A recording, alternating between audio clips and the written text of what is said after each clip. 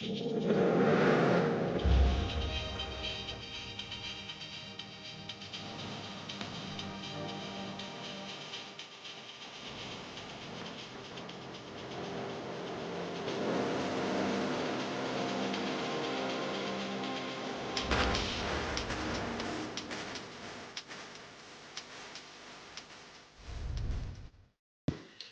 Fixie here again.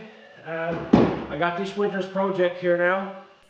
This is what I'm going to be spending a lot of time on. A guy wants to get it done. It's a 66 Mustang coupe belonging to my girlfriend. We picked it up 2 summers ago. I've been picking and poking at it. It's not a complete restoration. It's going to be, basically I'm just cleaning it up, going through it and adding a few things to make the car better for her to use.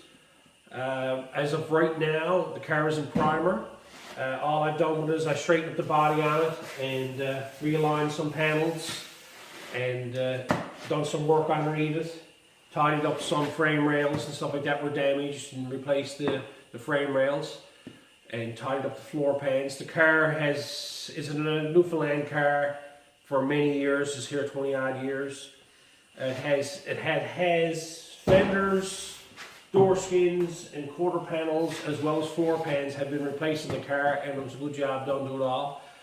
So I'm not too much concerned about any of that.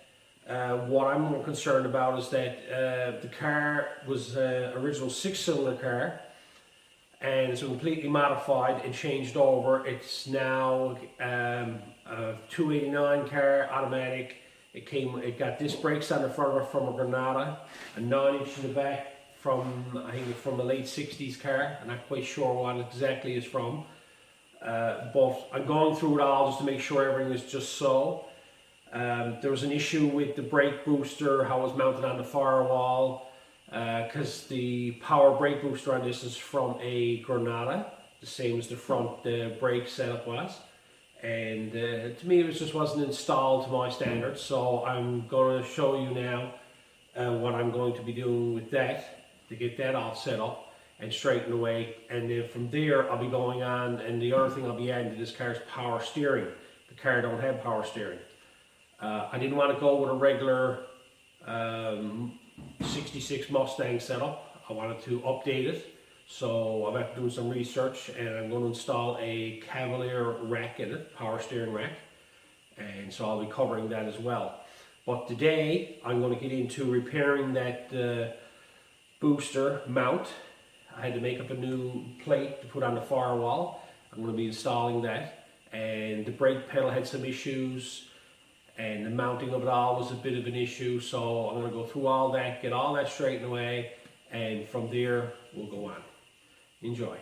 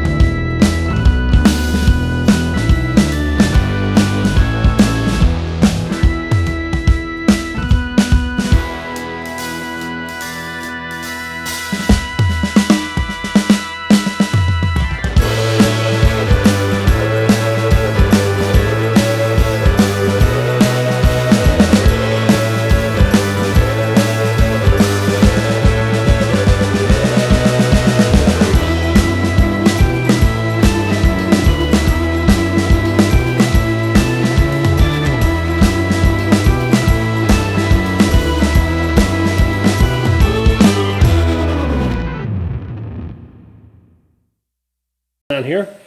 That plate, as you can tell, I welded that in, and I done that for the simple reason that the holes in the firewall were all butchered up before. This booster is from, like, say, a 78 to 80 Granada, so it's not going to be a direct bolt in. It was some modifications, but it was over modified, so I had to change it all. And the biggest issue I had when I took it all apart, I found that. Right now, that is not right. It's supposed to be on that pin. So now I gotta put this up underneath the car and modify this and get the pin working again, because you can picture that there when that swings, what that's doing. Right? That's an issue. I can't go leaving that like that. So I'm going to work on getting this modified now to get the brake pedal in it proper. And that's where we are so far. Okay, I got it all taken apart again. And I think I got it figured out. This is the piece that goes up underneath the dash. Steering column bolts on right here. Of course, that's out on the firewall. There's a few modifications had to be done here and make all that work. But here's what I'm up against. Turn this into the light. I figured out that this arm, in order for this to sit properly in the car, I worked it out that it had to be right there. And as you can see, where the original hole was and where that lines up, it's way off. So I'm going to have to lengthen this piece here, and I'm going to re-drill another hole down lower, because the geometry here, I think, I'm almost positive, by making this longer will make the stroke of this pedal shorter. And I'm finding that the one that's on this now is very small. You can look where I put my finger there, and you can look up and see how close it is to the center line of that one. Why this one here is, it's different, it's longer. I think that's, usually these here were short, I think, for standard brakes, and I think that's what was on this car. And I remember doing something on a Cobra Kit car one time where I had to relocate the upper arm in order and shorten this here to put standard brakes on it. But anyway, that's beside the point. I'm going to see if I can modify this here, and I'm going to see if I can have it adjustable. I'm going to figure something out for that. And then I'm going to put a pin in here so this here actually swings properly again and it sits right. So now I got to go figure all that out. So that's the next thing I got to do.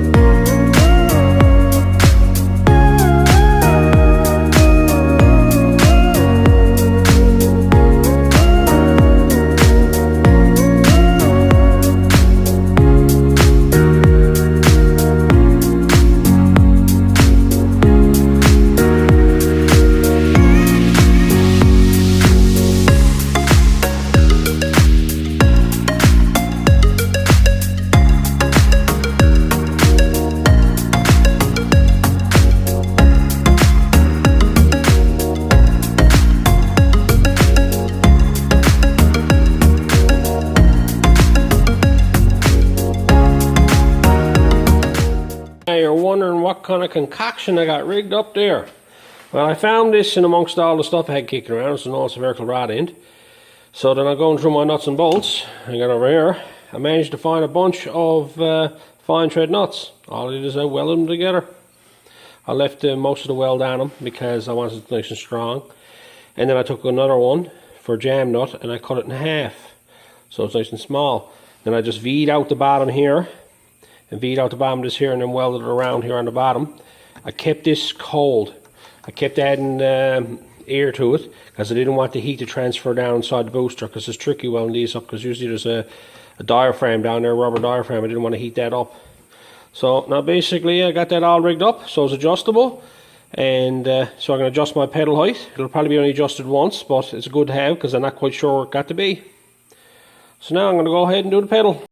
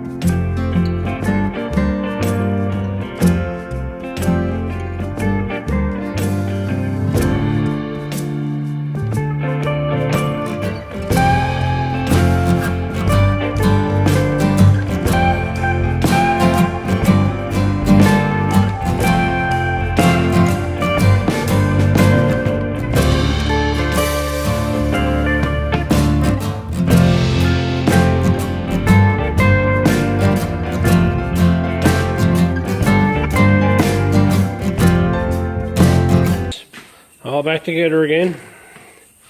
And this is all coming up through the center of this, lining up on the pin. It swings good.